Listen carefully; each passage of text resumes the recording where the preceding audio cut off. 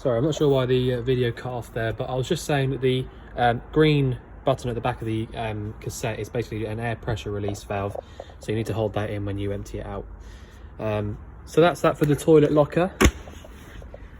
Then got your electric hookup inlet, so if you want to use your hookup, or to use any of your 240 volt appliances, or even just have the charger on as well, you need to have your hookup cable plugged in. So that's where that is.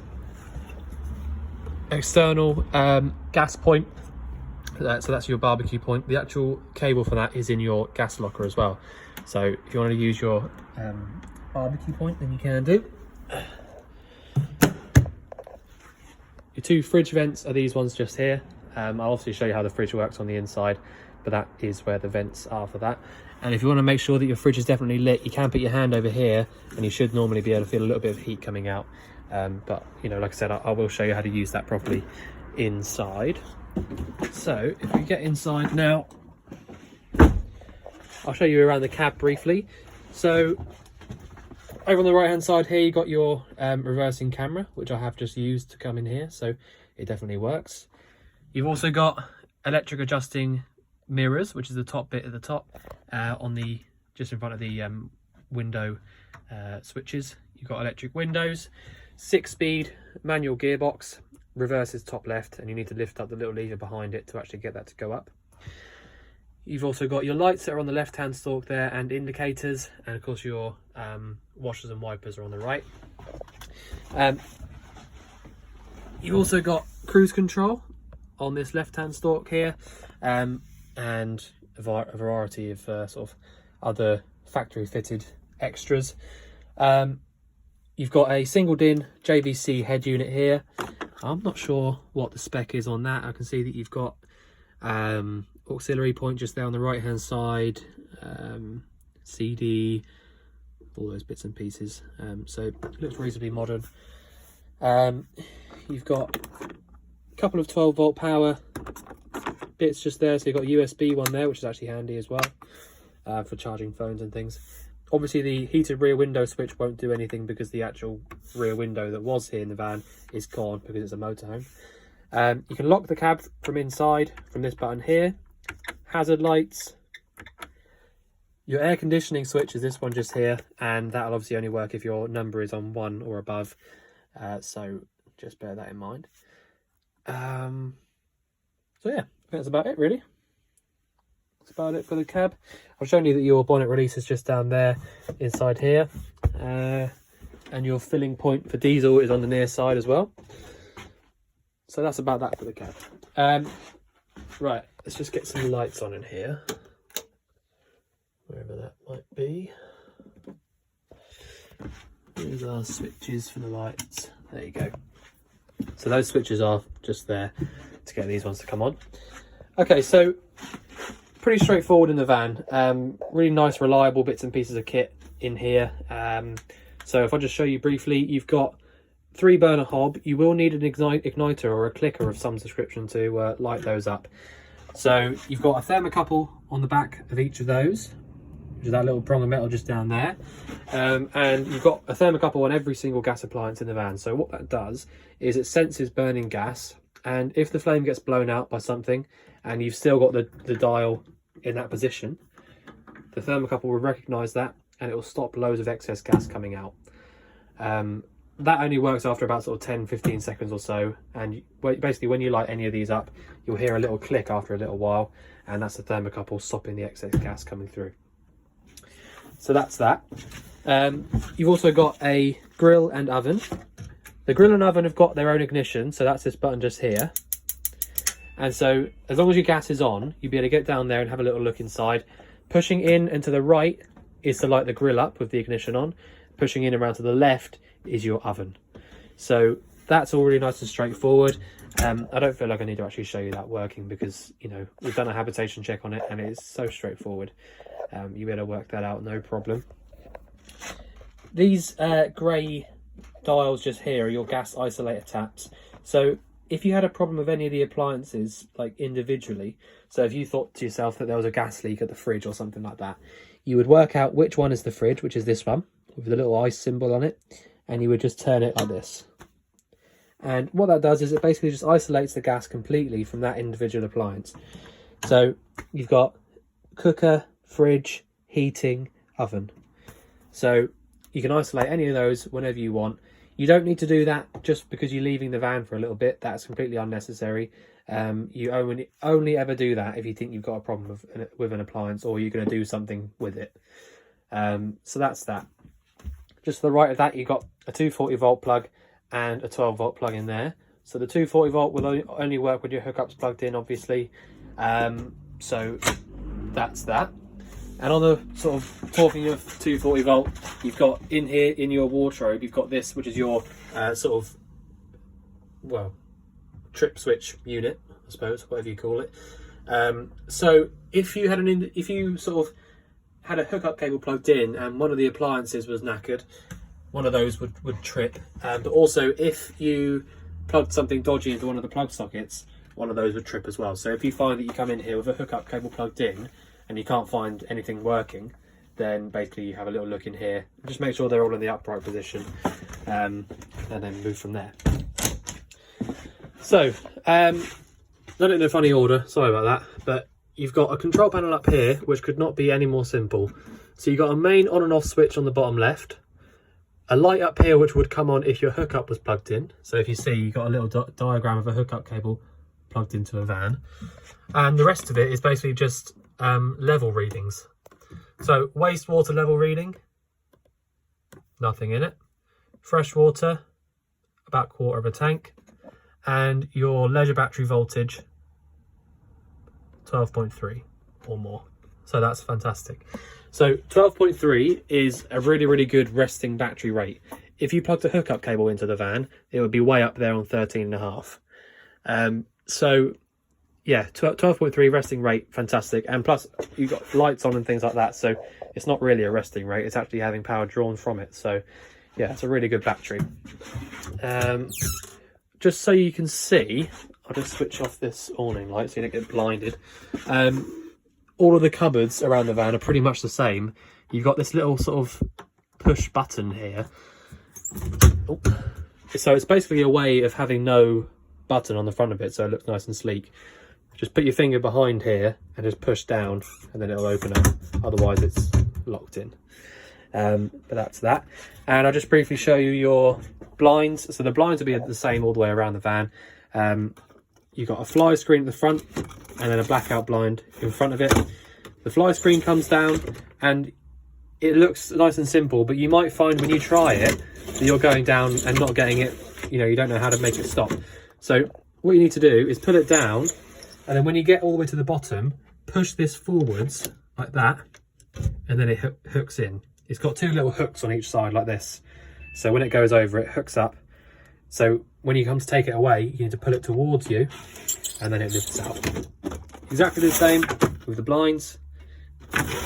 So once you get the hang of it, you literally be able to just do it like that. So that's that. So like I said, the blinds are the same all the way around the van, so that's nice and simple. Okay, I'll show you the fridge next, I think. So the fridge works in 3 ways. You've got gas, 240 volt electric, and 12 volt. So the gas is for obviously when you've got gas in your system and you want to use gas. The 240, if you've got a hookup cable plugged in, it is pretty much the easiest way to use the fridge. Not that any of the other ways are at all difficult, but in my opinion, if you've got a hookup plugged into the van, you may as well just use it on hookup, because it doesn't use much power and it doesn't waste any of your gas. So in my opinion, that's the way I would do it. If you have a hookup plugged in, use it on hookup. If you don't, use it on gas. So, and the other thing is, with the 12 volt way of using it, like I'll show you in a minute, the fridge already has to be cold with all of its stuff inside it before you switch it over. So basically, you don't expect it to be cold when you get to where you're going if everything inside the fridge wasn't already cold. It's because the 240 volt element and the 12 volt element are very similar, apart from the 12 volt one is much smaller. So the 240 volt element gets the fridge cold completely on its own, but the 12 volt one doesn't. It just holds temperature. Anyway, so we turn the fridge on and it will automatically select the most efficient way of using the fridge, or the way that it thinks it should. So you see the lights come on, straight away it's chosen gas. So that little symbol there is gas. If I press this button here, or hold it, the gas symbol starts flashing, and then you can flick through and choose which one you want to use. So if I had a hookup plugged in, I'd press this button again, and then again to choose the power setting, and then it'll obviously flash at me because there's no hookup plugged in. You'll also get a little red light inside here telling you that something's wrong, but like I said, that's because there's no cable plugged into the van. If the engine was running, I would push and hold, and then choose the 12-volt battery symbol, press go again, and then it would choose 12 volt. Again, it's going to flash at me because the engine isn't running. So for the minute, I've got the gas on, so I need to use it on gas. Wait for that to start flashing. Choose gas, press it once, press it again, it will light up. So it just lit up, first go. So then once you've done that, either on the gas or the electric, wait a couple of hours and the fridge will be freezing cold. So then you want to turn it off, push and hold. That's it, flame's gone out. So that's the fridge, nice and simple. It does take a little bit of getting used to, and to be honest, all the fridges are different, but you get the hang of that pretty quickly. Okay, so the next bit, and probably one of the more important parts really, is your boiler system. So this is the part where some people get a little bit confused with these combi systems, especially these ones that work on electric as well. So let me just run it through the best I can. There should be some manuals in here as well, so if this doesn't make sense, you can have a little look in there and sort of remind yourself, but I'll try to explain it as best I can. So on the left hand side here, you've got Combi E, and you see in the bottom corner it says 240 volt. Try and ignore that there, the 240 volt thing. So Combi E is what I like to say is the energy selector for the boiler. So it decides how the boiler works and what energy it uses. All right, this dial on the right just tells the boiler what to do. So hot water or heating or both. All right, I'll get onto that in a minute. But basically, if you want to choose which energy you want to use, if you leave it exactly where it is here, you're going to be using gas only because you just got this gas symbol. If you want to use electric only, you can go up 1 or up 2. So 1 is about 4 amps of electric and 2 is about 8 amps. So in my opinion, 1 is plenty. But again, if you're in a bit of a hurry for some hot water or some heating and you've only got electric plugged in, then by all means just use the top one. All right, so electric is up 1 or up 2. Back to the middle, gas only. Down 1, see there, you got a little symbol in there, you've got gas and electric. Down 2 is gas and 2 electric. All right, so if you've got access to using gas and electric at the same time, then, you know, by all means, use the very bottom one if you want to. Otherwise, like most people, just leave it there on the gas. So that's the energy selector. That's telling the boiler how to do what you're telling it to do here. All right. So this one, the one that just says Combi on it, is telling the boiler what to do. So if you want hot water without any heating at all, you go up 1 for 40 degrees or up 2 for 60 degrees. All right. The little amber light that comes on in there means that the water is heating up. And if I had it on the electric hookup and the hookup was plugged in, you'd also get an amber light on this one telling you the electric hookup's working. All right. So, for example, at the moment, I'm up. Sorry about the shaky camera, by the way. It's just my hands. I'm up there at the 60 degrees of hot water. So the boiler is going to produce 60 degrees hot water, and it's going to do it via the gas only. If I had this up here, it would be trying to heat the water up to 60 degrees via the electric hookup. So, but for the minute, because I've only got gas on at the moment, I'll go back down to gas, and it will try again. All right, so that's how that works. If you want heating only, you go back to the middle, which turns the entire thing off, and then go down 1. That's heating only. And if I wanted heating and hot water, I'll go down to the bottom to that. So I hope that makes sense. They can be a little bit confusing, but you don't need to like marry these two up or anything like that. Like I said to you, this one is just to tell the boiler what energy to use, and this one is telling it what to do.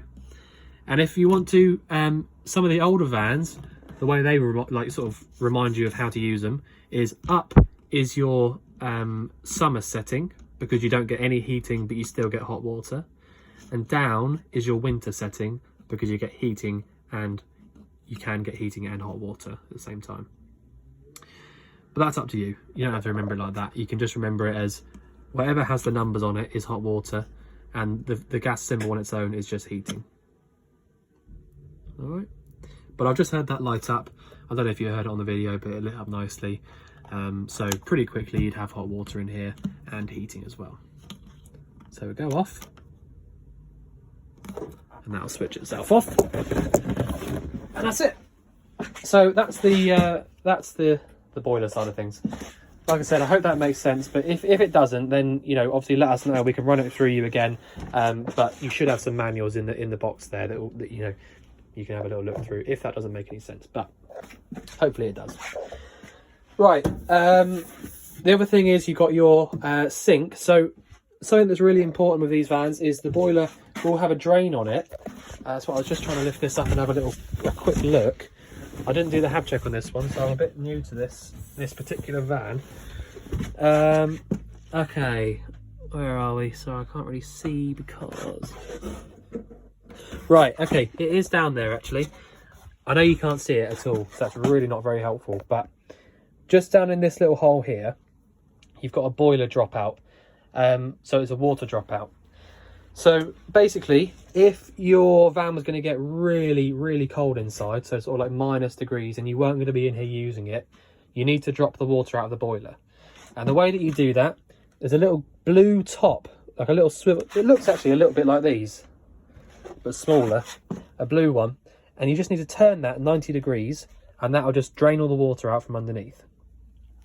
When you finish draining the water out and you want it to stop draining and fill up again, you need to turn that back to where it was and push the little, there'll be a little button sticking out on the side of it at the bottom. You need to push that in, and then all the water will stay in.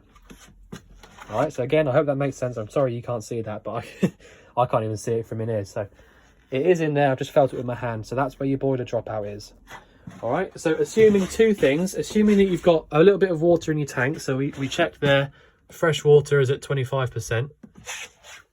And assuming that your boiler drain is in the closed position, like it is now, you want to come to your tap here, pull the cold water, and you see there, no sort of serious air or anything like that coming out of it, and then try your hot. And the hot is the most important thing, really. If there's loads of air coming out here and it's just coughing and spluttering and no real water's coming out, that's when you know for a fact then that your boiler is pretty much empty of water. So that's what you absolutely need to do that before you start trying to use your boiler on gas and all that sort of, especially your hot water. The heating's not so much of a problem, but if you start trying to light the boiler up for hot water before you do that and check that it's full, then you can sort of run into sort of problems like burning out, you know, the wires and stuff like that. So make sure that you do that first thing. All right, just come in here, switch your tap on, make sure that your boiler is full of water by pulling the hot side. If you come in here and you think to yourself, oh, it does sound like there's a little bit of air in it, but it is sort of coming out, you can also just go into your bathroom and try the taps in here as well. So try your sink tap there and your shower, and even your toilet as well, because that's on the same fresh water system. And just get rid of any air. Basically just pour the water through, and that gets rid of the air. It gets it up to pressure. But yeah, like I said, the boiler really is the most important and most expensive part of this van. So you really need to look after it. And doing that is pretty much the most important part. Making sure that you've proved that the boiler is full of water by having nice, easy, fresh water coming out the hot side. And then you can go mental on this, just do whatever you like. But it is just really important to do that first. Anyway, all right, so I think the last thing really is the bathroom. The shower is, well, it's just like any other household shower. You've got a little mixer tap down here, so you can choose exactly how much hot and cold water you get through at the same time. Again, the sink, I don't need to show you that. It is just the sink. Looks like we've got a little bit to pop in here. There you go, that's that there. That opens up like that, like you can see. The toilet, and so that's so that you can get out of the way of the toilet if you want to, be on the toilet. The toilet is nice and simple. It's got the flap that empties it into the actual cassette is this one just up here, and the button here is your flush fluid. So you basically push that button and then it pumps the fluid round, empty it out into the cassette, close it back up again. Really important to close that flap back up again for two reasons. If you don't close it up, you get lots of bad smells coming into the van, obviously. And if you don't close it, you won't be able to take the cassette out from outside. It locks it in place. Light switch under there, and then we're good to go for that. Okay, so you can see there as well, the bed just literally raises up on its own on its gas struts. Well, you do have to lift it, obviously, but it sort of holds itself up like that, even with a mattress on it as well. So that's nice strong gas struts on there. Showing you the fridge, showing you the cooker, showing you the grill and the oven, which, by the way, for a Death Lefts is really, really good. That they don't normally have that. Being a German van, they don't normally have the oven and grill side of things. Awning winder is just here.